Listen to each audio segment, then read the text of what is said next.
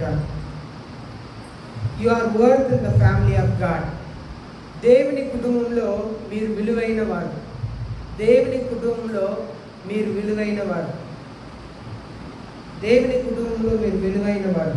మత్తయి రాసిన 6వ అధ్యాయం 26వ వచనం చదువుదాం. మత్తయి రాసిన 6వ అధ్యాయం 26వ వచనం.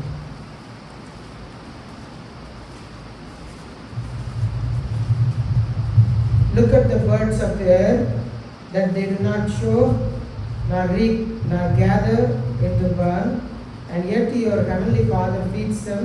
Are you not worth much more than they? కడపటి కాసు చెల్లించే వరకు మత్తయి రాసిన 6వ అధ్యాయం 26వ వచనం. ఆకాశ పక్షులను చూడుడి, అవి విత్తము కోయవు, బట్టలో కూర్చుకొనవు, అయినను నీవు నీ పరలోకపు తండ్రి వాటిని పోషించుచున్నాడు. మీరు వాటికంటే బహు శ్రేష్ఠులు కారా? వాటికంటే మీరు బహు శ్రేష్ఠులు కారా? అనగా మనం దేవుని కుటుంబంలో విలువైన వారు. Your family means lot to God. మీ కుటుంబం దేవుని దృష్టిలో విలువైన కుటుంబం. మీ కుటుంబం గురించి యేసయ్య చింతిస్తున్నారు. అనగా మీ కుటుంబం దేవుని దృష్టిలో విలువైన కుటుంబం కనుక దేవుడు పట్టించుకుంటున్నారు. ఒకవేళ మనుషులు మీ కుటుంబం గురించి పట్టించుకోకపోయినా మీ కుటుంబం గురించి దేవుడు పట్టించుకుంటున్నారు. దేవుడు చూస్తున్నారు. God cares for your family.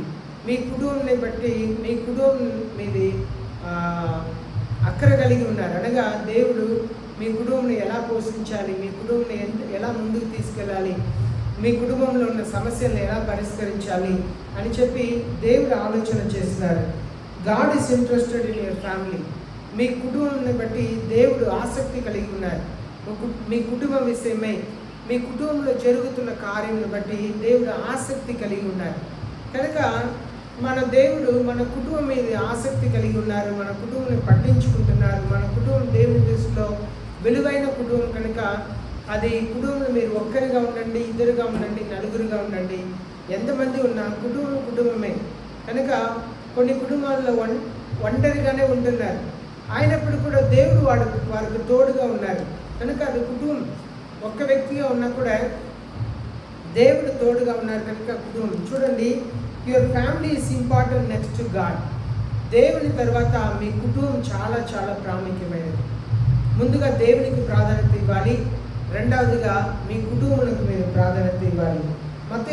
Mark రాసిన 6వ అధ్యాయం 3వ వచనంలో మనం చదువుతున్నాము. మార్కు సువార్త 6వ అధ్యాయం 3వ వచనంలో చదవండి. యోసేపు, యూదా, సీమోను అను వారి సహోదరులు పట్లవాడు కాడా, ఇతని సోదరీమణులందరూ మనతో ఉన్నారు కాదా అని చెప్పుకొంచు ఆయన విషయమై అభ్యంతరపడింది. ఇక్కడ చూడండి, యేసయ్యకు 4 సహోదరులు, 2 సహోదరులు, వాళ్ళ అమ్మ మరియా ప్లస్ యేసయ్య, మొత్తం 8 మంది కుటుంబంలో. చూడండి, యేసయ్య సహోదరులు అంటే యోసేపుకు మరియాకు పుట్టినవారు. యేసయ్య దేవుని ద్వారా పుట్టారు. ఆయన దేవుడిగా ఆయన తన మానవుడిగా వచ్చి జన్మించారు. యోసేపుకు మరియాకు పుట్టినవారు 4 సహోదరులు, 2 సహోదరులు అని రాయబడింది కనుక మనం 2 తీసుకుంటున్నాం. కనుక మొత్తం వాళ్ళ 6, మరియా 1 7, తర్వాత యేసయ్య 1 8 మందిని పోషించాలంటే ఆయన ఉద్యోగం చేయాలి. ఒక కార్పెంటర్గా ఒక వడ్రంగి పని చేసుకొని ఉద్యోగం చేసుకుంటున్నారు. కనుక ఇంత పెద్ద కుటుంబాన్ని పోషించాలంటే బాధ్యత కావాలి. కనుక యేసయ్య పని చేస్తున్నారు. లూకా రాసిన 3వ అధ్యాయం 23వ వచనంలో మనం చూస్తే లూకా రాసిన 3వ అధ్యాయం 23వ వచనంలో మనం చదివినట్లయితే యేసయ్య 30 సంవత్సరాలు తన కుటుంబాన్ని పట్టించుకున్నారు. 3.5 సంవత్సరాలు మాత్రమే తను సేవన చేశారు. యేసు బోధింప మొదలు పెట్టినప్పుడు ఆయన దాదాపు 30 ఏళ్ల నీడు గలవాడు. ఆయన యోసేపు కుమారుడని ఎంచబడింది. చూడండి, 30 వయసులో యేసయ్య పరిచర్యని ప్రారంభించారంట. 3.5 సంవత్సరాలు ఎలా లెక్క పెడుతున్నామంటే పస్కా పండగని బట్టి లెక్క పెడుతున్నాం. అయితే యేసయ్య 30 సంవత్సరాలు తన కుటుంబాన్ని పోషిస్తున్నారు. దేవుడి తర్వాత కుటుంబం. కుటుంబమునకు ప్రాధాన్యత ఇచ్చారు. 30 సంవత్సరాలు కుటుంబం కొరకు పనిచేశారు. 3.5 సంవత్సరాలు మాత్రమే దేవుని పనిని చేశారు. కనుక కుటుంబం జీవితంలో చాలా ప్రాముఖ్యం. చాలామంది కుటుంబంని పాడు చేసే వాళ్ళుగా ఉంటారు. కుటుంబం అనే వాళ్ళని వాళ్ళే తమ చేత పాడు చేస్తుంటారు. ఆ కుటుంబాన్ని పాడు చేసుకొని జీవితంలో పాడు చేసుకుంటారు. కుటుంబం చాలా విలువైనది కనుక కుటుంబం మీద మనసు పెట్టాలి. కుటుంబం కొరకు ఎక్కువ ప్రార్థన చేయవలసిన వాళ్ళే ఉన్నారు. Prioritize importance in your preference. మీరు దేనికి ప్రాధాన్యత ఇస్తున్నారో దాన్నే మీరు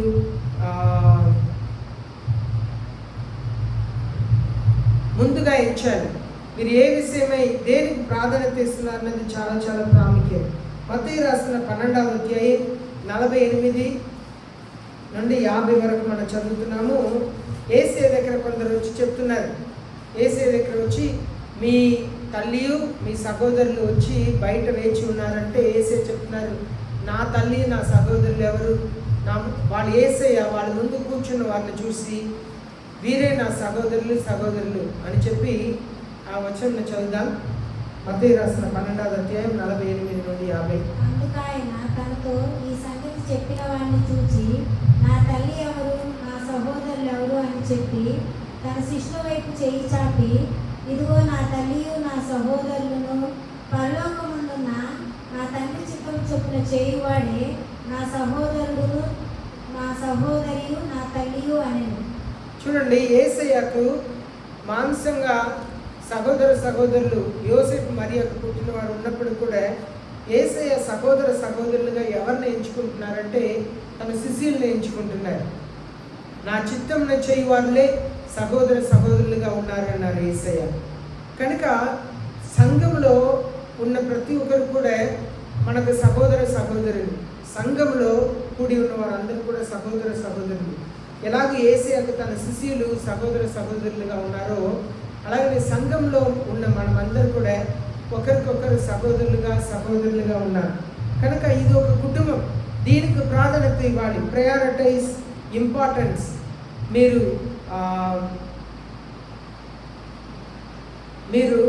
విలువ ఇవ్వవలసింది, మీరు పట్టించుకోవాల్సింది దేవుని సంఘం. ఎందుకంటే మనం ప్రిఫరెన్స్ ఇవ్వాలి, సంఘంలోకి ప్రిఫరెన్స్ ఇవ్వాలి. చాలామంది ఈ లోకంలో ఉన్న కుటుంబాలకు చాలా ప్రిఫరెన్స్ ఇస్తుంటారు, ప్రాధాన్యత ఇస్తుంటారు. వాళ్ళు ఏదైనా ఆదివారం చర్చి మానేసి అయినా ఎక్కడైనా వెళుతుంటారు. కాదు, వాళ్ళు దేవుని ఎరగక ఉంటారు. మీరు మరణించినా లేదు వాళ్ళు మరణించినా వాళ్ళు మీతో పరలోక రాజ్యం రారు. కానీ యుగ యుగాలు పరలోక రాజ్యంలో వారు మీతో ఉండరు. కానీ ఈ సంఘంలో ఉన్నవారే ఉంటారు. హల్లెలూయా. సంఘంలో ఉన్నవారే పరలోక రాజ్యంలో ఉంటారు. కనుక ప్రయారిటీ ఎవరికి ఇవ్వాలంటే సంఘంలో ఉన్న వారికి ప్రయారిటీ ఇవ్వాలి, సంఘములకు ప్రయారిటీ ఇవ్వాలి. అదే యేసయ్య చేస్తున్నారు. యేసయ్య తల్లి సహోదరులు వచ్చి యేసయ్యను చూడుటకు బయట నిలబడి ఉన్నారు. యేసయ్య ఒక ఇంట్లో స్వార్థను ప్రకటిస్తున్నప్పుడు యేసయ్యను పిలిస్తే యేసయ్య చెప్తున్నారు, నా తల్లి ఎవరు, నా సహోదరులు ఎవరు అని తన శిష్యుల వైపు చేయి చాపి, వీరే నా సహోదరులు, దేవుని చిత్తంలో చేయి వాళ్ళే. అనగా సంఘంలో ఎవరైతే దేవుని చిత్తంలో చేస్తున్నారో వారే మన సహోదరులు. కనుక బయట కుటుంబాలకు మన ప్రాధాన్యత ఇవ్వాలి. కానీ మరి ఎక్కువగా ప్రాధాన్యత సంఘములకు ఇవ్వాలి. సంఘంలో ఉన్నవారుకును సంఘమునకును మనం ఇవ్వవలసిన బాధ్యత ఉన్నది. అలాగే యోహాను సువార్త 19వ అధ్యాయం 25 నుండి 29 వరకు మనం చదివినట్లయితే యోహాను సువార్త 19వ అధ్యాయం 25 నుండి 29 వచనాలు చదివినట్లయితే, ఆయన తల్లి సహోదరియు లోకా భార్య అయిన మరియయు మగ్దలేని మరియయు యేసు శిలువ యొద్ద నిలుచుండిరి. యేసు తన తల్లియు తాను ప్రేమించిన శిష్యుడు దగ్గర నిలుచుండటి చూచి, అమ్మా ఇదిగో నీ కుమారుడు అని తన తల్లితో చెప్పాను. తర్వాత శిష్యుడు చూచి, ఇదిగో నీ తల్లి అని చెప్పాను. ఆ గడియ నుండి ఆ శిష్యుడు ఆమెను తన ఇంట్లో చేర్చుకునేను. ఇక్కడ చూడండి,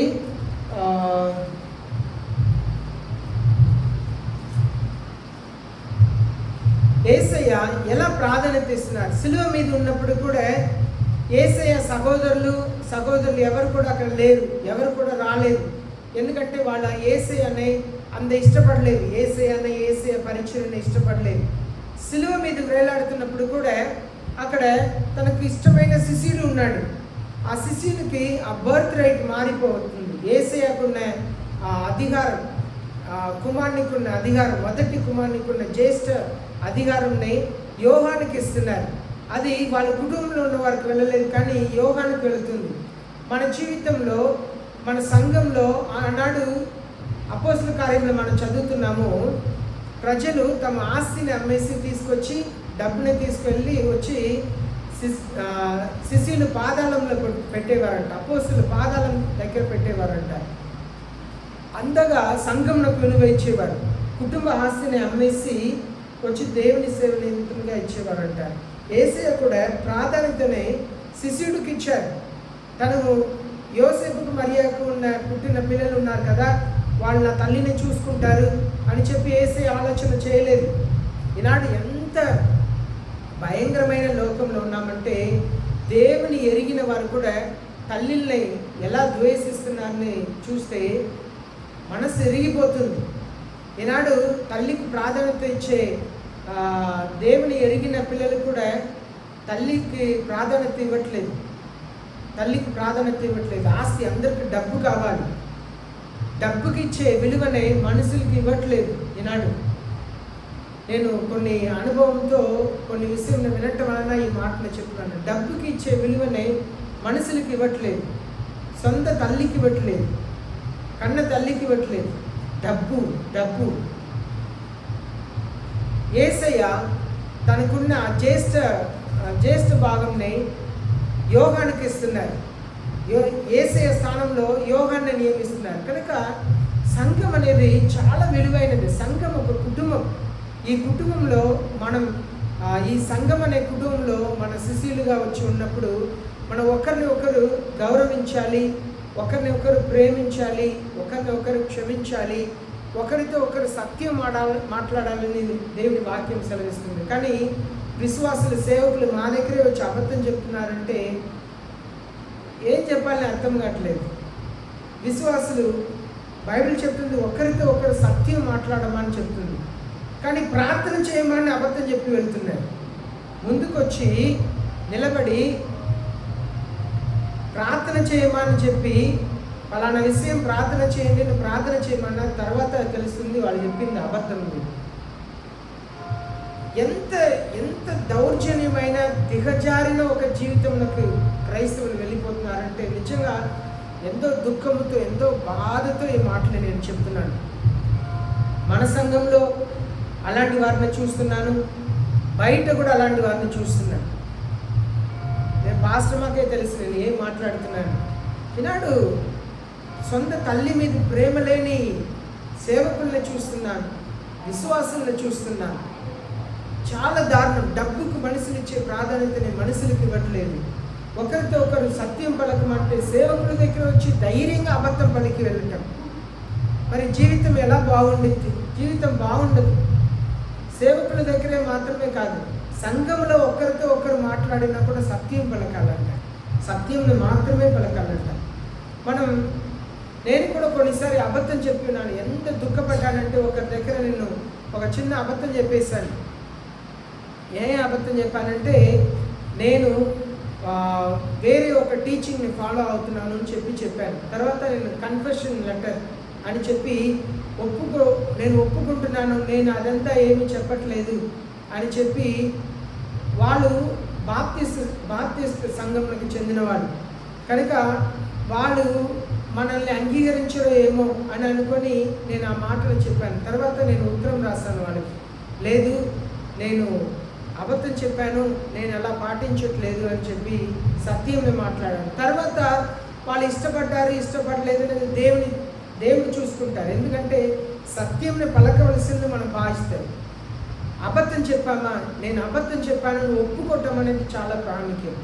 కనుక మన జీవితంలో కొన్నిసారి ఇలా మారిపోతున్నాం. యేసయ్య తన ప్రాధాన్యతని శిష్యులకే ఇస్తున్నారు. శిష్యులకి ఇచ్చే ప్రాధాన్యతని తన కుటుంబానికి ఇవ్వలేదు. కనుక మీరు ఎక్కువగా మీ కుటుంబాలకు ప్రాధాన్యత ఇస్తున్నారు, సంఘములకు ప్రాధాన్యత ఇవ్వట్లేదు. సంఘంలో ఉన్న వారికి ఎక్కువగా ప్రాధాన్యత ఇవ్వాలి. Your family counts no worth on you. కొన్నిసారి మీ కుటుంబం మిమ్మల్ని పట్టించుకోకపోవచ్చు. ఎందుకంటే కొన్నిసారి కుటుంబంలో విలువని కోల్పోతాం, మన సొంత కుటుంబంలోనే విలువను కోల్పోతాం. కనుక మనం ఎక్కువగా ప్రార్థన చేయాలి. 4వదిగా godly family but worldly parents. కొన్నిసారి గాడ్లీ దేవుని కుటుంబంగా ఉంటుంది, కానీ పేరెంట్స్ అయితే లోకానుసారమైన పేరెంట్స్గా ఉంటారు. ఇస్సాకు రెబెకాని గురించి మనం ఆదికాండం 25వ అధ్యాయం 28వ వచనంలో చదువుతున్నాము. ఇస్సాకు రెబెకా ఇద్దరు కూడా దేవుని పిల్లలు. దేవుడు ఎందుకున్నవారు, నేను అబ్రహాం దేవుణ్ణి, యాకోబు దేవుణ్ణి, ఇస్సాకు దేవుణ్ణి దేవుడు చెప్తున్నారు. కానీ మన వాక్యం నేను అబ్రహాం దేవుణ్ణి, ఇస్సాకు దేవుని, యాకోబు దేవుని చెప్తున్నారు. ఇస్సాకు దేవుని చెప్తున్నారు, కానీ వాళ్ళు లోక ప్రకారమైన తల్లిదండ్రులుగా ఉన్నారని మనం చూస్తున్నాం. ఆదికాండం 25వ అధ్యాయం 28వ వచనం చదవండి. ఆ చిన్నది పరిగెత్తుకొని పోయి నీ మాటలు. ఆదికాండం 25వ అధ్యాయం 28వ వచనం. ఇస్సాకు ఏశావు తెచ్చిన మేక మాంసం తినుచుండెను కనుక అతన్ని ప్రేమించెను. రిబ్కా యాకోబును ప్రేమించెను. ఒకనాడు చాలు. ఇప్పుడు మనం చూస్తున్నాము, ఏశావు వేట మాంసం తీసుకొస్తాడు కనుక వాళ్ళ తండ్రి ఏశావుని ప్రేమించారంట. రెబెకా వాళ్ళు తమ్ముడైన యాకోబుని ప్రేమించాలంట. ఒకే కుటుంబం, ఇద్దరే పిల్లలు, కానీ తండ్రి ఒకరిని ప్రేమిస్తున్నారు. ఆయన తీసుకొచ్చే మాంసంని బట్టి తల్లి ఒకరిని మృదువైన స్వభావం కలిగిన వారు కనుక తల్లి ఒకరిని ప్రేమిస్తుంది. మన జీవితంలో, క్రైస్తవ జీవితంలో, కుటుంబంలో పక్షపాతం అనేది ఉండకూడదు. పక్షపాతం అనేది ఉండకూడదు. ఇద్దరు ఉన్నారు, తండ్రి ఒకరిని ప్రేమిస్తున్నారు, తల్లి ఒకరిని ప్రేమిస్తున్నారు. ఈనాడు కూడా అలాంటి కార్యములు జరుగుతున్నది చూస్తున్నాం. కుటుంబాల్లో కొన్నిసారి ఒకరిని తండ్రి ప్రేమిస్తారు, ఒకరి తల్లి ప్రేమిస్తారు. అది పాపం. నేను ఎక్కువగా వాక్యమైన శాఖకుని అనే సేవకుడు చెప్తారు, 4 కుమారులు ఆయన చెప్తారు, పెద్ద కుమారుడికి ఎలా చేశారో అలాగే చిన్న కుమారుడు కూడా చేశారంట. 4 సమానంగా ఆస్తిని పంచారంట. వాళ్ళకు ఉన్నదాన్ని సమానంగా పంచారంట. ఎవరికి ఎక్కువ కాదు, ఎవరికి తక్కువ కాదు. ఎవరో ఒకరు అడిగారంట, మీ ఫేవరెట్, మీకు ఇష్టమైన కుమారుడు ఎవరు 4లో చెప్తే నాకు ఫేవరెట్ని ఎవరు లేరు, 4 నాకు ఫేవరెటే, 4 కుమారులు నాకు సమానమే అని చెప్పారంట. ఈనాడు క్రైస్తవులకు అలాంటి మనస్సు ఉండాలి. ఈనాడు క్రైస్తవులు అలా లేరు. కుటుంబంలోనే ఒకరికి ఎక్కువగా ఇస్తారు, ఒకరికి తక్కువ ఇస్తారు, ఒకరిని వీధిలో పడేస్తారు. అలాంటి కుటుంబాలు ఉన్నాయి ఈనాడు. క్రైస్తవ కుటుంబాల్లోనే అలాంటి కుటుంబాలు ఉన్నాయి. అది పాపం. పక్షపాతం అనేది పాపం. సమానత్వం ఉండాలి, సమానంగా చేయాలి. నిజమైన దేవుని సేవకులైతే అలాగే చేస్తారు, నిజమైన దేవుని పిల్లలైతే అలాగే చేస్తారు. సమానంగా చేస్తారు అందరూ, కుటుంబంలో అందరూ. పక్షపాతం అనేది ఉండదు. ఇక్కడ ఇస్సాకు రెబెకా జీవితంలో మనం నేర్చుకోవాల్సింది, పక్షపాతం కలిగి ఉంటే కుటుంబం పాడైపోయింది. ఇస్సాకు జీవితం పాడైపోయింది. ఇస్సాకునే చూడండి, ఇస్సాకు ఏశావుని నేను దీవిస్తాను, నువ్వు వెళ్ళి వేటాడి మాంసం తీసుకురా అని చెప్పారు. అలాగే పంపించినప్పుడు యాకోబు అన్నలా మోసం చేయటకు వచ్చి వాళ్ళ అమ్మ వేట మాంసంలో చక్కగా వండి పెట్టిందంట. దాన్ని తీసుకెళ్ళి ఇస్తే తండ్రి తినేసి దీవించాడు. ఏశావుని అనుకొని యాకోబుని దీవించారంట. ఎలా దీవించారని వాక్యం సెలవిస్తుందంటే, తర్వాత యాకోబు వస్తున్నారు, ఏశావు వస్తున్నాడు. ఏశావు వచ్చి అడుగుతున్నారు, నన్ను కూడా దీవించండి తండ్రి అని అడుగుతున్నారు.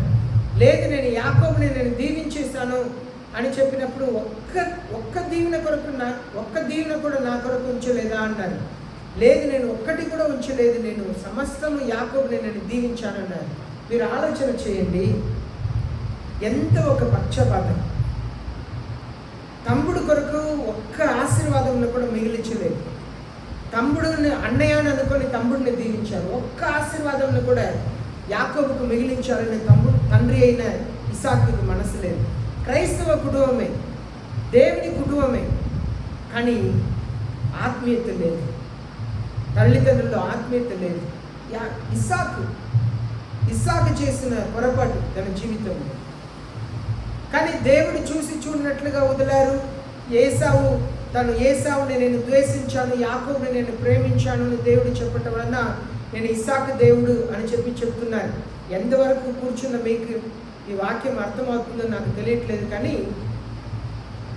దేవుడు అలాగే ఎందుకున్నారు కనుక నేను ఇస్సాకు దేవుడిని చెప్తున్నాను. కానీ కుటుంబంలో ఎన్నడూ కూడా పక్షపాతం పిల్లల పట్ల చూపించకూడదు. తర్వాత మనం చూస్తున్నాం ఆదికాండం 34వ అధ్యాయం 1వ వచనం నుండి 23వ వచనం వరకు చూస్తున్నాం. ఆదికాండం 34వ అధ్యాయం 1వ వచనం నుండి 23వ వచనం వరకు మనం చూస్తున్నాము. ఇక్కడ యాకోబు లేయాను గురించి చూస్తున్నాం. ఈ యాకోబు లేయాకి ఒక కుమార్తె ఉన్నది. కుమార్తె పేరేంటి? దీనా అని ఒక కుమార్తె ఉన్నది. ఆ దీనా ఆ ఊర్లో ఒక పండగ జరిగితే ఊరిని చూసి వస్తామని చెప్పి ఒంటరిగా వెళ్ళిందంట. ఒంటరిగా వెళ్ళటం వలన అక్కడ ఆమెకు జరగకూడని ఆమెకు జరిగింది. ఆమెని పాలెలు బలాత్కారం చేసి ఆమె జీవితంని ఆ ఊర్లో ఉన్న అధికారి కుమారుడు పాడు చేశాడు ఆమె జీవితంని.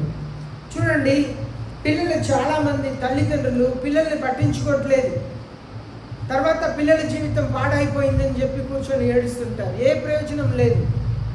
ఇక్కడ యాకోబు లేయా జీవితంలో అదే జరిగింది. కుమార్తెని ఒంటరిగా పంపించారు.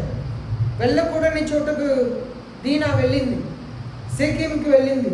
ఆడ హోమర్ అనబడిన ఆ అధికారి యొక్క కుమారుడు ఆమెను చూసి ఆమెను బలవంతంగా పాడు చేసేసాడు. బలవంతం చేసి ఆమెను పాడు చేసేసాడు. ఇది యాకోబుకు తెలిసిన తర్వాత యాకోబు మనసులో వేదనతో ఏం చేయాలని తెలియక వాళ్ళ కుమారులు వచ్చే వరకు వేచి ఉన్నారంట. వాళ్ళ కుమారులు వచ్చిన తర్వాత వాళ్ళకి ఇది చేస్తే ఇదంతా చెప్తే వాళ్ళ కుమారులు చాలా కోపంతో ఉన్నారంట. అప్పుడు షెకెం తను తండ్రి అయిన హోమర్ ఇద్దరు కూడా వచ్చి అక్కడ వాళ్ళతో మాట్లాడుతున్నారు. నా కుమారుడు షెకెంకి నీ కుమార్తె అంటే చాలా ఇష్టం, ఆమె మీద చాలా ప్రాణంని ఉంచాడు కనుక వివాహం నాకు ఇవ్వండి అంటే చాలా తంత్రముతో ఒక కుయుక్తితో వాళ్ళు ఒప్పుకున్నారు. ఆ వివాహమునకు ఒప్పుకొని మీరు సున్నతి చేయాలి, మాతో మీరు కలవాలంటే సున్నతి చేయాలని చెప్పి వాళ్ళు సున్నతి చేసి 3వ రోజు వాళ్ళు వేదనతో ఉన్నప్పుడు అక్కడ వెళ్ళి మగవాళ్ళందరినీ కూడా చంపేశారంట. ఆ ఊర్లో ఉన్న వారందరినీ కూడా చంపేశారంట. సిమియోన్ లేవి ఇద్దరు కలిసి చంపేశారంట. ఇంత పెద్ద కార్యం జరగటానికి కారణం ఏంటంటే దీనా ఒంటరిగా వెళ్ళటం. ఒంటరిగా వెళ్ళటం కారణం ఏంటి? తల్లిదండ్రులు పట్టించుకోలేదు. తల్లిదండ్రులు ఎందుకు ఒంటరిగా పంపించాలి?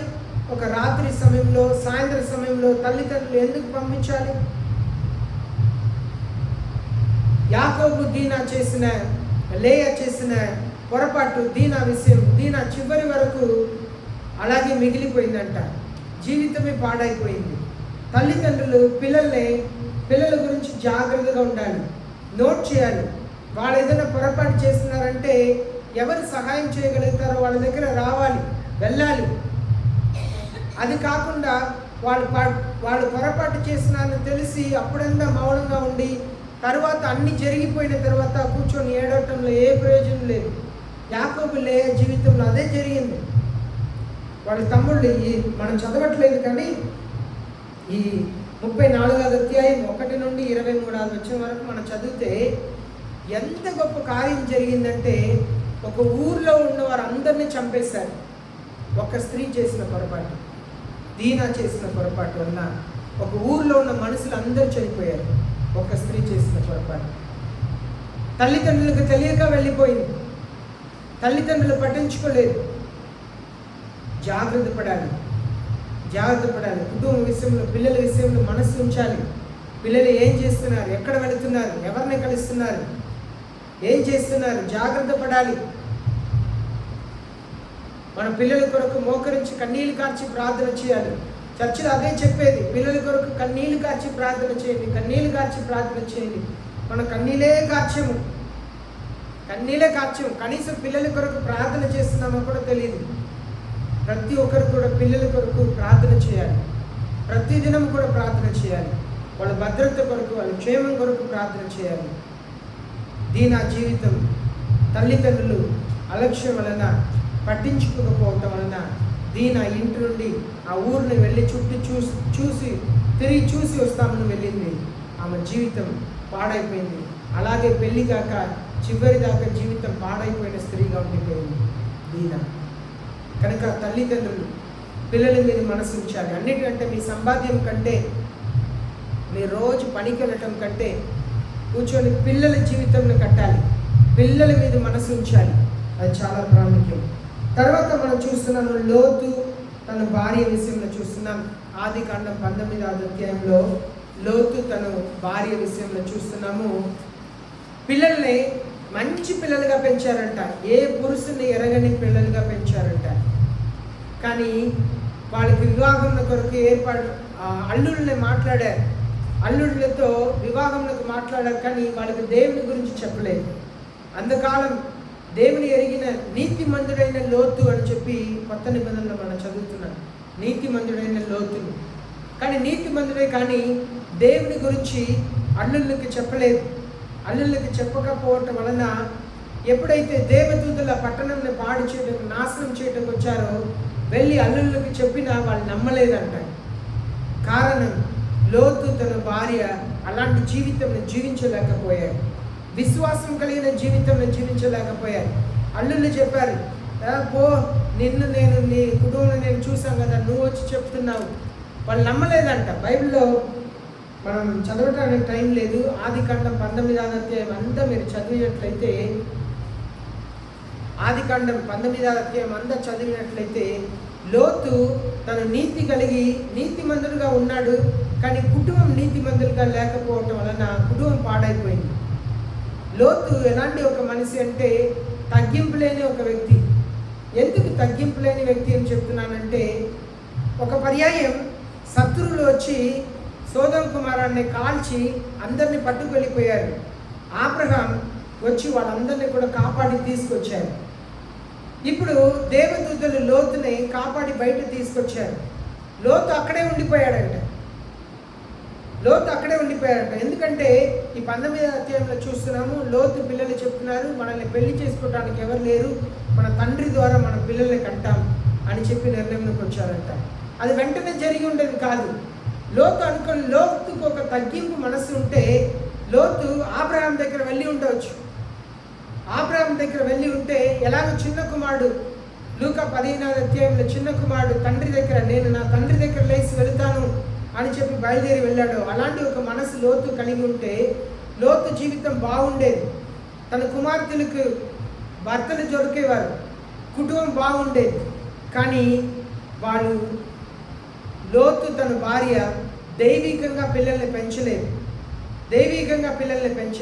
మీ పిల్లల్ని మీరు ఎంత ఆత్మీయంగా పెంచుతున్నారు? ఇప్పుడు కూడా నా పిల్లలకి నేను ఫోన్ చేస్తుంటే నేను బైబిల్ చదివారా అని అడుగుతాను. ఇప్పుడు కూడా ఫోన్ చేస్తే బైబిల్ చదువుతున్నారా, ప్రార్థన చేస్తున్నారా అని అడుగుతుంటాను.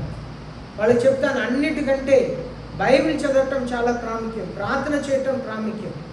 మిగిలినంత తర్వాత చిన్న సంఘమే, కొద్ది కాணிకే. కానీ దేవుడు మమ్మల్ని పోషించట్లేదా, మమ్మల్ని నడిపించట్లేదా సేవకులుగా మమ్మల్ని? కనుక దేవుడు మనల్ని పోషించాలి, నడిపించాలంటే దేవునికి ఎన్నో మార్గాలు ఉన్నాయి. ఒక తలుపు మూస్తే దేవుడు ఇంకా ఒక తలుపుని తెరుస్తారు. దేవుడు అద్భుత కార్యం చేస్తూ ఉంటారు. దేవుని పిల్లలు, దేవుని కుటుంబంలో మీ పిల్లలకు బైబిల్ చదవటం నేర్పించండి. నాకు తెలిసి ఇక్కడ ఉన్న కుటుంబాల్లో తల్లిదండ్రులుగా మీరు కూడా బైబిల్ చదవరు. మీ పిల్లలకు బైబిల్ మీరు నేర్పించారు, బైబిల్ చదవమని చెప్పారు. దానికి మీ పిల్లల జీవితం అంతా పాడైపోయింది. మందిరం అయిపోయి రారు. మందిరాల్లో వచ్చి కూర్చున్నప్పుడు కొందరు మీ తల్లిదండ్రులు చెప్పి మీరు బైబిల్ చదవట్లేదు. మీ పిల్లల్ని అంత దరిద్రంగా మీరు పెంచుతున్నారు. నిజం, ఆ మాట చెప్పడానికి బాగలేదు ఇక్కడ నుండి, కానీ దరిద్రంగానే పెంచుతున్నారు. దానికే సేవకురాలు ఉదయకాలం యవనస్తులను పిలిచి ఉదయకాల ప్రార్థనకి రండి, అయిపోయిన తర్వాత కూర్చొని బైబిల్ చదవండి, ప్రార్థన చేసి మీరు ఇంటికి వెళ్ళండి, స్కూల్కి వెళ్ళండి అని చెప్పడానికి కారణం మీరు అలాంటి తల్లిదండ్రులుగా ఉంటే మేము చెప్పవలసిన అవసరం లేదు, కానీ మీరు అలాంటి తల్లిదండ్రులుగా లేదు. మీ కుటుంబం, మీ పిల్లలు ఎక్కడ తెలీదు, ఎలా జీవిస్తున్నారు తెలీదు. జీవితం పాడై తర్వాత ఎప్పుడైనా కూర్చొని ఏడుచుకొని వస్తారు, మా పిల్లల జీవితం ఇలా అయిపోయింది, మేమేం చేయలేము, ఏమి చేయలేము. కారణం, మీ పిల్లల కొరకు మీరు కన్నీళ్ళు కార్చట్లేదు, మీ పిల్లల కొరకు మీరు ప్రార్థన చేయట్లేదు.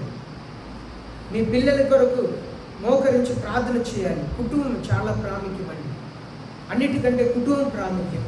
అది కూడా దేవుని సంఘంలో ఉన్న కుటుంబం చాలా ప్రాముఖ్యమైనది.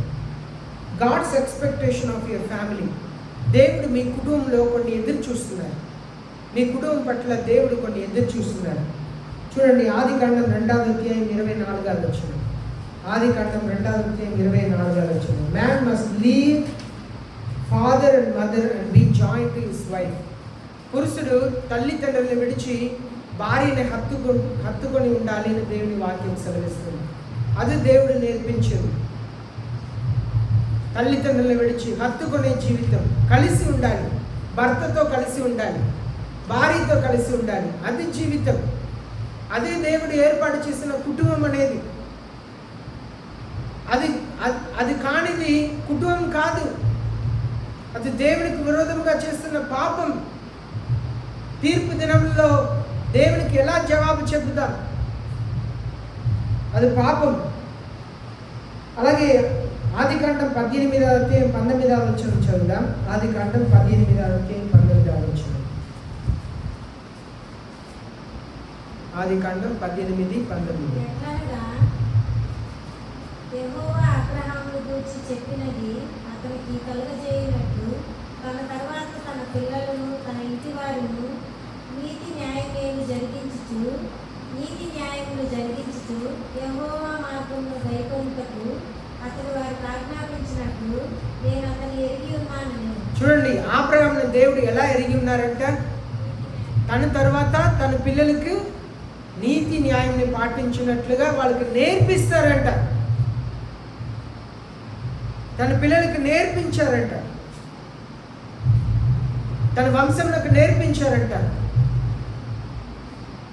అబ్రహాం బ్రతికి ఉన్నప్పుడు ఏసావు యాకోబు పుట్టి ఉన్నారు. ఏసావు అబ్రహాం మాటను పట్టించుకోలేదు, వాళ్ళ తాతయ్య మాటను పట్టించుకోలేదు. యాకోబు పట్టించుకున్నారు కనుక యాకోబు దేవుని ఎరిగిన బిడ్డగా ఉన్నారు, దేవునికి భయపడ్డాడు. వాళ్ళ తండ్రి దగ్గర ఆశీర్వాదం పొందక ముందు కూడా అమ్మకు చెప్తున్నారు, అయ్యో శాపం వచ్చింది కనిపెడితే. దేవునికి భయపడ్డాడు. అబ్రహాం తన పిల్లలకు నేర్పిస్తారంట. మీ పిల్లలకు మీరు నేర్పిస్తున్నారండి? మీ పిల్లలకి దేవుని భయం నేర్పిస్తున్నారా? ఎంతమంది మీ పిల్లలకు దేవుని భయం నేర్పిస్తున్నారు? కూర్చొని వాక్యంను చదివేదాకా మీరు కూర్చోబెడుతున్నారు. నువ్వు వాక్యంను చదవకపోతే నేను అన్నం పెట్టను, బైబిల్ చదివితేనే అన్నం పెడతాను. ఎంతమంది చెప్తారు? మా పిల్లలు చిన్న వయసులో ఉన్నప్పుడు ప్రతిరోజు ఒక వచనంని కంఠస్థం చేసి చెప్పాలి. తర్వాత ఒక్కొక్క వచనంగా నోట్బుక్లో రాసుకొని కంఠస్థం చేసి చెప్తారు. తర్వాత 119వ కీర్తనని చదవమని చెప్పాము, కంఠస్థం చేయమని చెప్పాము. మన కుటుంబానికి ప్రాధాన్యత ఇవ్వాలి. మీరు ఎంత సంపాదిస్తున్నారు, ఎంత బంగారం ఉంది మీ దగ్గర, ఎన్ని వస్త్రాలు ఉన్నాయి, ఎంత ఆస్తిని సమకూర్చి పెట్టారు, ఇదంతా కాదు. మీరు దేవునికి ఎంత ప్రాధాన్యత ఇస్తున్నారు? మీ కుటుంబంలో దేవుడు ఎదురు చూస్తున్నారు. దేవుడు మీ కుటుంబంలో ఎదురు చూస్తున్నది మీ పిల్లలకు మీరు నేర్పిస్తున్నారా? దేవుని సత్యంని నేర్పిస్తున్నారా? మీ పిల్లలు మీ మాట వినకపోతే కనీసం చర్చికి పంపించండి. వాళ్ళు చర్చికి వచ్చి ఉదయకాలం ప్రార్థన చేసుకొని బైబిల్ చదివి వెళ్తారు కనుక అది చెయ్యాలి. Honour your father and mother to live long years. నిర్గమకాండం 25వ అధ్యాయం 12వ వచనం. నిర్గమకాండం 25వ అధ్యాయం 12వ వచనంలో బైబిల్ చెప్తుంది, నువ్వు దీర్ఘాయుస్సు కలిగి ఉన్నట్లుగా నీ తల్లిని తండ్రిని సన్మానించు రాయబడి ఉంది. ఎక్కువ కాలం బ్రతకాలంటే ఏం చేయాలంట? తల్లిని తండ్రిని సన్మానించాలి. తల్లిని తండ్రిని సన్మానించలేదు, వాళ్ళకి మర్యాద ఇవ్వట్లేదు, వాళ్ళని గణపరచలేదంటే యాక్సిడెంట్లు చేస్తారు, రోగం వచ్చి చేస్తారు, కారి చీకట్లో వెలుగు ఆరిపోతుంది. అదే వాక్యం చెప్తుంది. నువ్వు దీర్ఘాయుస్గా ఉండాలంటే తల్లిని తండ్రిని సన్మానించాలి, తల్లిదండ్రులకు లోబడాలి, తల్లిదండ్రులకు లోబడాలి. దీర్ఘాయుస్గా ఉంటారంట, ఆయుస్ ఎక్కువగా ఉంటుందంట. ఈనాడు తల్లిదండ్రుల్ని మోసపరిచే పిల్లలు ఎంతమంది లేరు? తల్లిదండ్రులను మోసపరిచి ఆయుస్ ఉండదు, ఆశీర్వాదం ఉండదు. ఆశీర్వాదం ఉండాలంటే దేవుని మాటకు లోబడవలసింది. దేవుని మాటలో జీవం ఉంది, దేవుని వాక్యంలో జీవం ఉంది. తల్లిదండ్రులకు లోబడితే ఆశీర్వాదం వచ్చింది. మనం కూడా పెద్దవాళ్ళు, చిన్నపిల్లలు మాత్రమే కాదు, పెద్దవాళ్ళు కూడా మనకు తల్లి తండ్రి ఉంటే, వాళ్ళు బూతులు మాట్లాడే తల్లిదండ్రులుగా ఉంటే మాట వినే అవసరం లేదు. వాళ్ళు చెడ్డ మాటలు నేర్పిస్తుంటే వాళ్ళ మాట కాదు, ఆత్మీయంగా ఉంటున్నది. వాళ్ళు చనిపోయే వరకు వాళ్ళ మాటని గౌరవించాలి. దేవుని వాక్యం సెలవిస్తుంది. లోబడాలంట, గౌరవించాలంట. తల్లిదండ్రులు మనకి పెద్దవాళ్ళ వయసు వచ్చి తల్లిదండ్రులు మనకు ఉన్నారంటే అది గొప్ప ఆశీర్వాదం. తల్లిదండ్రుల్ని గణపరిచాలి. దీర్ఘాయుస్గా ఉండాలంటే ఆ దేవుడు ఆశీర్వదిస్తారంట. 4వదిగా, love your God and diligently teach your children. Deuteronomy ద్వితీయోపదేశ కాండం 6వ అధ్యాయం, ద్వితీయోపదేశ కాండం 6వ అధ్యాయం 4 నుండి 9వ వచనం వరకు చదువుదాం. ద్వితీయోపదేశ కాండం 4వ అధ్యాయం 6వ అధ్యాయం. ఇశ్రాయేలు వినుము, మన దేవుడైన యెహోవా, అద్వితీయుడగు యెహోవా, నీ పూర్ణ హృదయంతోనూ, నీ పూర్ణ ఆత్మతోనూ, నీ పూర్ణ శక్తితోనూ నీ దేవుడైన యెహోవాను ప్రేమింపవలెను. దేవుడు, నేడు నేను నీకు ఆజ్ఞాపించు ఈ మాటలు నీ హృదయంలో ఉండవలెను. నీవు నీ కుమారులకు వాటిని అభ్యసింపజేసి, నీ ఇంట కూర్చున్నప్పుడును, త్రోవను నడిచినప్పుడు, పండుకున్నప్పుడు, లేచినప్పుడు వాటిని గురించి మాట్లాడవలెను. సూచనగా వాటిని నీ చేతికి కట్టుకొనవలెను. అవి నీ కన్నుల నడుమ వాసుకోవలే ఉండవలెను. నీ ఇంటి ద్వారబంధకముల మీదను, నీ గౌనుల మీదను వాటిని రాయవలెను. ఇక్కడ చూడండి, తల్లిదండ్రులు పిల్లలకు ఎప్పుడెల్లా నేర్పియాలంట? ఆ వచనంని 7వ వచనంలో చదవండి. ఎప్పుడెల్లా నేర్పియాలంట? వినండి. నీ ఇంట్లో కూర్చున్నప్పుడు, త్రోవలో నడిచినప్పుడు, పండుకున్నప్పుడు, లేచినప్పుడు.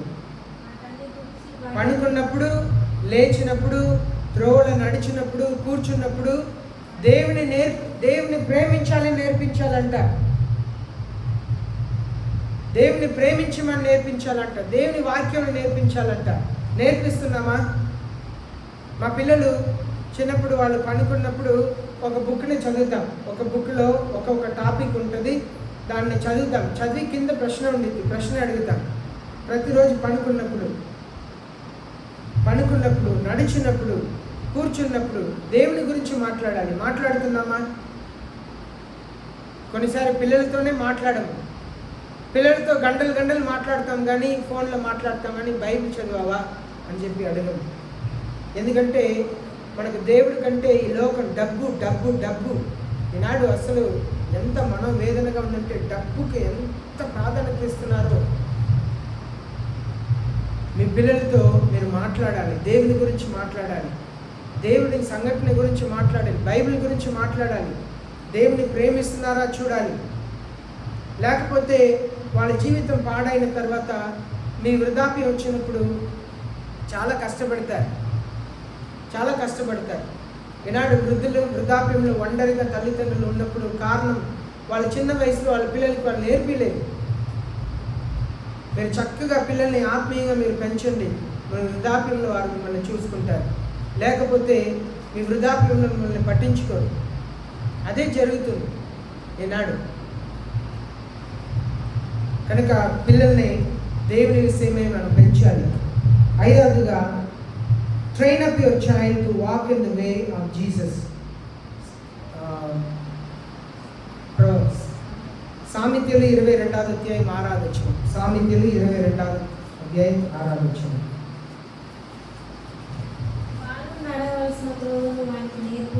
వాళ్ళు నడవలసిన త్రోవని వాళ్ళకి నేర్పుము. వాళ్ళు పెద్దవాళ్ళైనప్పుడు దాని నుండి తొలగిపోరు. ఎవరు నేర్పించాలి? సండే స్కూల్లో కదా. మీ ఇంట్లో మీరు నేర్పించాలి. మీ పిల్లలు సండే స్కూల్కి రారు, యూత్ మీటింగ్కి రారు, మీరు ఎలా పెంచుతున్నారో అర్థం కాదు. మీరు పిల్లల్ని చక్కగా దేవుని విషయమే పెంచుతుంటే సంతోషం. మాకంటే దేవుడు చాలా సంతోషపడతారు. పిల్లలకి నేర్పియాలంట, ఇంట్లో మాట్లాడాలంట. మనం ద్వితీయోపదేశ కాండంలో అదే చదివాం. కూర్చున్నప్పుడు, లేచినప్పుడు, నడిచినప్పుడు మనం మాట్లాడాలంట, పనుకున్నప్పుడు మాట్లాడాలంట, పిల్లలు నడవలసిన మార్గంని నడిపించాలంట, నేర్పియాలంట. ఇది తప్పు, ఇది సరి, ఇది కాదు, ఇది చేయటం కాదు. ఒకటి రెండు విషయంలో నా పిల్లల్ని కొడితే రక్తం వచ్చేసింది. ఈనాడు వాళ్ళు దూరంగా ఉన్నా కూడా దేవుని భయం కలిగి ఉన్నారు. మేము కూడా ఎట్లా పెడితే అట్లా పెంచి ఉంటే వాళ్ళు అలా ఉండరు. పిల్లల్ని అలా వదిలేయకూడదు. వీధిలో ఆ వీధి తిరిగిరా, వీధి తిరిగిరా, వీధి తిరిగిరా అని వదిలేయకూడదు. పిల్లల్ని జాగ్రత్తగా పెంచాలి, జాగ్రత్తగా పెంచాలి. పిల్లల్ని అలా వదిలేస్తే వాళ్ళు నేర్చుకునేది అంతా కూడా చెడు, బూతులు, చెడ్డ మాటలు. జీవితంలో దొరకరు. మీకు ఇప్పుడు తెలీదు, వాళ్ళు ఇంకా కొంచెం పెద్దగా అయిన తర్వాత మిమ్మల్ని లెక్క చేయరు, మీకు మర్యాద ఇవ్వరు, మిమ్మల్ని పట్టించుకోరు. ఈనాడు వృద్ధాప్యంలో తల్లిని చూస్తున్నట్లుగా మీ వృద్ధాప్యం మారిపోతుంది. ఒంటరి వాళ్ళు అయిపోతారు. పిల్లలు ఉన్నా కూడా పట్టించుకోరు. వాళ్ళ జీవితంలో వాళ్ళు పట్టించుకోరు, మీ జీవితంలో అస్సలు పట్టించుకోరు. కనుక పిల్లల విషయంలో మనసు పెట్టండి. పిల్లల విషయంలో మనసు పెట్టి వాళ్ళకి నేర్పించవలసిన మార్గంలో నేర్పించాలి. వాళ్ళని దేవుని సన్నిధిలో నడిపించాలి. వాళ్ళ మాట వినట్లేదండి అని చెప్పి వదిలేయకూడదు. అప్పు తీసుకున్నారు, అప్పుని కట్టడానికి ఎంత ప్రయాసపడుతున్నారు, పనికి వెళుతున్నారు, కష్టపడి తినకపోయినా అన్నం పచ్చడితో తిన్నా కూడా అప్పుని కడుతున్నారు కదా. అలాగనే పిల్లల మాట వినకపోతే అలా వదిలేయకూడదు. వాళ్ళ కొరకు కన్నీళ్ళు కార్చి ప్రార్థన చేయాలి, ఉపవాసం ఉండి ప్రార్థన చేయాలి. పిల్లలు మారు మనసు కొరకు, నా బిడ్డ మాట వినట్లేదు ప్రభువా, ఉపవాసం ఉండి ప్రార్థన చేయాలి, కన్నీళ్ళు కార్చి ప్రార్థన చేయాలి. ఆరాధగా God's desire for your house should stand, must not divide. మత్తయి రాసిన 3వ అధ్యాయం 35వ వచనం. మార్కు రాసిన 3వ అధ్యాయం 35వ వచనం. మార్కు రాసిన చదువు వచ్చిన పిల్లలందరూ తీయండి, యవనస్తులు చదువు వచ్చు కదా. మార్కు సువార్త 3వ అధ్యాయం 35వ వచనం. దేవుని చిత్తం చొప్పున జరిగించువాడే నా సహోదరుడు, నా సహోదరి. మార్కు రాసిన సువార్త 3వ అధ్యాయం 35.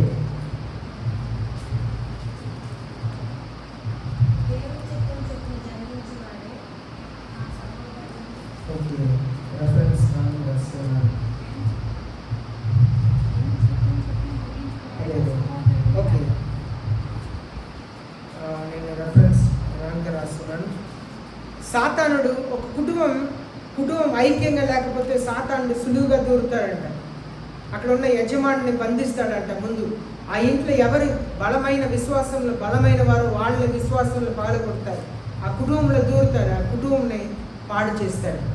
ఈనాడు మన కుటుంబంలో సాతానుడు దూరక ఉండాలంటే ఎవరైనా ఒకరు, భార్య కానీ భర్త కానీ ఎవరైనా ఒకరు యేసయ్యలో బలమైన క్రైస్తవుడిగా ఉండాలి, క్రైస్తవురాలుగా ఉండాలి, ప్రార్థించేవారుగా ఉండాలి, కుటుంబంలో కట్టేవారుగా ఉండాలి. చాలా ప్రాముఖ్యం క్రైస్తవ జీవితంలో, చాలా ప్రాముఖ్యం. లేకపోతే కుటుంబం పాడైపోతుంది. లే your family on the altar before God every morning.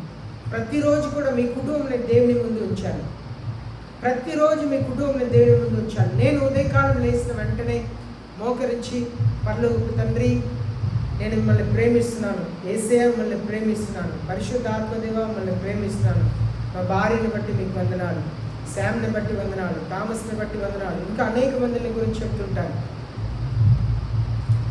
మన కుటుంబాన్ని బలిపీఠం ముందు ఉంచాలి, అనగా వారి కొరకు ప్రార్థన చేయాలి. మన కుటుంబాన్ని బలిపీఠం ముందు ఉంచాలంటే వారి నిమిత్తమైన మనం ప్రార్థన చేయాలి. ప్రతి ఉదయం లేచిన వెంటనే పిల్లలు ఏం చేయాలి? మీ అమ్మ నాన్న కొరకు ప్రార్థన చేయాలి. వాళ్ళు దీర్ఘాయుస్గా ఉండాలి. మీ అమ్మ నాన్న పనికి పెడుతున్నారు, వారు ఆరోగ్యంగా ఉండాలి, వారు భద్రంగా ఉండాలి, క్షేమంగా ఉండాలి.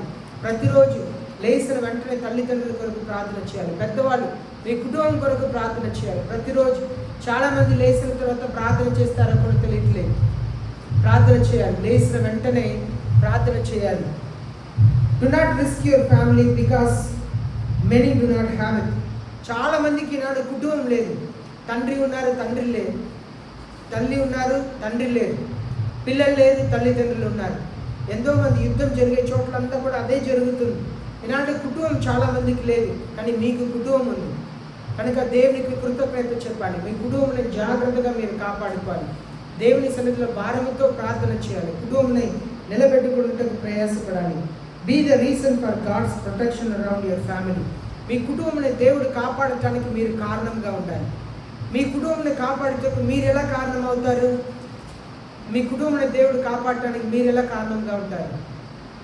యోబు కారణంగా ఉన్నారు. యోబు ఏం చేసేవారంట? ఉదయకాలంలో లేచి ప్రార్థన చేసేవారంట. దేవుడు ఏం చేశారు? ప్రార్థన చేయటం వలన యోబు చుట్టూ, యోబు కుటుంబం చుట్టూ, యోబు పిల్లల చుట్టూ కంచి వేశారంట. చేసిన పని ప్రార్థన. ఉదయకాలం లేచి ప్రార్థన చేస్తే దేవుడు కంచి వేస్తారు.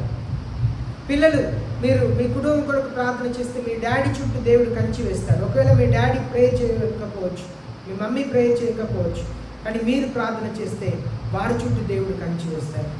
యోబు ప్రార్థన పడు కనుక యోబు కుటుంబం చుట్టూ దేవుడు కంచి వేశారు. అలాగే ప్రతి ఒక్కరు కూడా ప్రార్థన చేసేటప్పుడు మీరు కారణంగా ఉంటారు. మీ కుటుంబం చుట్టూ దేవుడు కంచి వేస్తారు. Like Joshua, decide your family to serve God. యెహోషువా ఒక నిర్ణయం తీసుకోవాలి. నా కుటుంబం అంతా దేవుని సేవిస్తాయి. యెహోషువా ఒక నిర్ణయం తీసుకున్నాడు. ఏ నిర్ణయం తీసుకున్నాడు? యెహోషువా తీసుకున్న నిర్ణయం, నేను నా కుటుంబం యెహోవానే సేవిస్తాము. నేను నా కుటుంబం యెహోవానే సేవిస్తాము. ఒక నిర్ణయం తీసుకోవాలి. ఒకవేళ ఎవరిస్తులు ఆ నిర్ణయం తీసుకోలేకపోవచ్చు, పెద్దవాళ్ళు మీరు తీసుకోవాలి. భారీగా మీరు తీసుకోవాలి. భర్తగా మీరు తీసుకోవాలి. నేను నా కుటుంబం యెహోవానే సేవిస్తాను అని నిర్ణయం తీసుకోవాలి. Like Jesus, care for your family, pray for your family. యేసయ్య మీ కుటుంబాన్ని పట్టించుకుంటున్నారు కనుక మీ కుటుంబాన్ని మీరు ప్రార్థన ద్వారా పట్టించుకోవాలి. యేసయ్య మీ కుటుంబాన్ని పట్టించుకుంటున్నారు, మీరు కూడా మీ కుటుంబాన్ని ప్రార్థన ద్వారా పట్టించుకోవాలి. ప్రార్థన చేసి పట్టించుకోవాలి. Children are not your product, they are gift from God. మీరు చేసిన వాళ్ళు కాదు పిల్లలు. ఏదో మీకు ఉంది, బలం ఉంది, మీరు యవ్వన వయసులో మీరు పిల్లల్ని కనలేదు. దేవుడు మీకు ఇచ్చిన బహుమానం, దేవుడు బహుమానముగా ఇచ్చారు. ఆ పిల్లల్ని జాగ్రత్తగా కాపాడుకోవాలి. ఆ పిల్లల్ని దేవునిలో పెంచాలి. ఆ పిల్లల్ని ప్రార్థనలో పెంచాలి. దేవుడు ఇచ్చే పిల్లలే మనకు దేవుడు ఇచ్చిన బహుమానమే పిల్లలు. కనుక పిల్లల జీవితంలో తల్లి తండ్రి మిమ్మల్ని లెక్క అడుగుతారు. తల్లులు మీరు అనుకుంటారు, నేను చర్చికి వస్తున్నాను, నా పిల్లలతో నాకు సంబంధం లేదు, నా మాట వినట్లేదు అని మీరు అనుకోవచ్చు. దేవుడు మిమ్మల్ని అడుగుతారు, లెక్క అడుగుతారు. నువ్వు ఎన్నిసార్లు కన్నీళ్ళు కార్చి ప్రార్థన చేస్తావు, నువ్వు ఎన్నిసార్లు ఉపవాసం ఉన్నావు అని దేవుడు మిమ్మల్ని అడుగుతారు. ఎన్నిసార్లు నీ పిల్లల కొరకు ఉపవాసం ఉన్నావు, కన్నీళ్ళు కార్చి ప్రార్థన చేస్తావు అని దేవుడు మిమ్మల్ని లెక్క అడుగుతారు. ఏమని చెప్తారు? ఆలోచన చేస్తాం, భయపడతాం. The Holy Spirit as a family, you are the part of it if he indwells in you. పరిశుద్ధ ఆత్మ దేవునికి ఒక కుటుంబం ఉంది.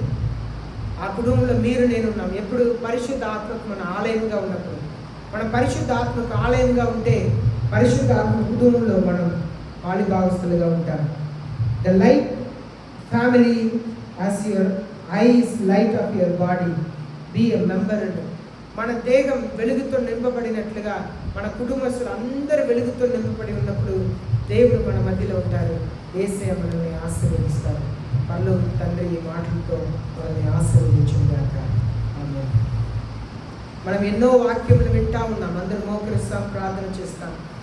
ఎన్నో వాక్యములు వింటా ఉన్నాం. మన యేసయ్యకి లెక్క చెప్పాలి. తీర్పు దినంలో మన కుటుంబం కొరకు ఎంతో ఉపవాసం ఉన్నాం, ఎంతో కన్నీళ్ళు కార్చాం, ఎంత ప్రార్థన చేస్తాం. దేవునికి లెక్క అప్పగించాలి. యేసయ్య మన కుటుంబాన్ని నిలబెట్టాలనే సిలువలో రక్తం కార్చి మరణించారు. మిమ్మల్ని నన్ను రక్షించాలి, కుటుంబాన్ని రక్షించాలని కుటుంబం కొరకు ప్రార్థన చేయండి. ఎక్కువగా కుటుంబములకు సమయం ఇవ్వండి. అమ్మ ప్రార్థన చేయండి. ఇంతసేపు నిద్రపోయారు, ప్రార్థన వెంటనే పడుకున్నారు, నేను చూస్తూనే ఉన్నాను. అలా నిద్రపోవద్దు. వాకింగ్ టైంలో నిద్రపోయి ప్రార్థన చేయమని పడుకొని నిద్రపోవటం అది ఆశీర్వాదం కాదు. మీ కుటుంబం కొరకు ప్రార్థన చేయండి. మీ కుటుంబం కొరకు కన్నీళ్ళు కార్చండి. మీ కొరకు కాదు, మీ కుటుంబం కొరకు ఉపవాసం ఉండండి. మీకు కొరకు కాదు, మీ పిల్లల కొరకు ఉపవాసం ఉండండి. మీ పిల్లల కొరకు ఉపవాసం ఉండండి. మీ ఇంటికి వెళ్ళండి, ఒక పూట ఉపవాసం ఉండండి. మీ పిల్లల కొరకు ఉపవాసం ఉండండి. మీ పిల్లల కొరకు కన్నీళ్ళు కార్చండి. మీ పిల్లల కొరకు ప్రార్థన చేయండి. మీరు మీ పిల్లల కొరకు ఉపవాసం ఉండకపోతే మరొకరు మీ పిల్లల కొరకు ఉపవాసం ఉండరండి. మీ పిల్లల కొరకు మీరు కన్నీళ్ళు కార్చకపోతే ఇంకా ఒకరు మీ పిల్లల కొరకు కన్నీళ్ళు కార్చరు. మీ పిల్లల్ని మీరు సరైన మార్గంలో రక్షించకపోతే మీరు కూడా వృద్ధాప్యంలో ఒంటరి వాళ్ళుగా మిగిలిపోతారు, దిక్కులేని వాళ్ళుగా మిగిలిపోతారు, చాలా కష్టంలో జీవిస్తారు.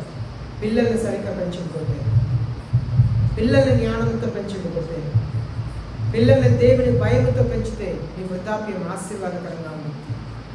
మీరు ఒంటరి వారిగా ఉండరు. పిల్లలు, మీ కుటుంబానికి ప్రాధాన్యత ఇవ్వండి. మహాప్రేమ కలిగిన మా పరలోక తండ్రి, మా కుటుంబం కొరకు ఉపవాసం ఉండి ప్రార్థన చేయటకు, మా కుటుంబం కొరకు కన్నీళ్లు కార్చి ప్రార్థన చేయటకు మాకు నేర్పించండి ప్రభువా. మా పిల్లలకు మీ వాక్యం నేర్పించుటకు మాకు సహాయం చేయండి. పరలోక తండ్రి, మా సంఘస్థులు ఎవరు కూడా పిల్లల్ని పోగొట్టుకున్న వాళ్ళుగా ఉండకూడదు ప్రభువా. నా పిల్లలు మాట వినట్లేదు అంటే ఉపవాసం నుండి ప్రార్థన చేసే తల్లిగా తండ్రిగా మార్చమని ప్రార్థన చేస్తున్నాను. కుటుంబాలకు ప్రార్థన తెచ్చేవారుగా ఉండటం సహాయం చేయండి. అద్భుత కార్యాన్ని ప్రతి కుటుంబంలో చేయండి, విశ్వాసంలో కలిగించేయండి. నా దేవుడు నన్ను ప్రేమిస్తున్నారు, నాకు సహాయం చేస్తాను విశ్వాసంని అయ్యా కలిగించేయండి. అయ్యా మీ మీద విశ్వాసంతో ప్రార్థన చేసే ప్రతి వారిని కనికరించే దేవుడు కదా, కృప చూపించే దేవుడు కదా. అయ్యా యేసయ్యా, ఎవరెవరు నేను ప్రార్థన చేస్తాను, ఉపవాసం ఉంటాను నిర్ణయం చేసుకుంటారో, నేను కన్నీళ్ళు కార్చి ప్రార్థన చేస్తాను నిర్ణయం తీసుకున్నారో వారందరినీ మీరు ఆశీర్వదించమని ప్రార్థన చేస్తున్నాను. వారి పక్షమున మీరు అద్భుత కార్యం చేయమని ప్రార్థన చేస్తున్నాను. మీకే కృతజ్ఞతలు, వందనాలు, స్తోత్రములు తెలియపరచుకుంటున్నాను. మీకే ఘనత, మహిమ కలిగిన గాక అని యేసుక్రీస్తు నామములో ప్రార్థిస్తున్నాను పరలోక తండ్రి.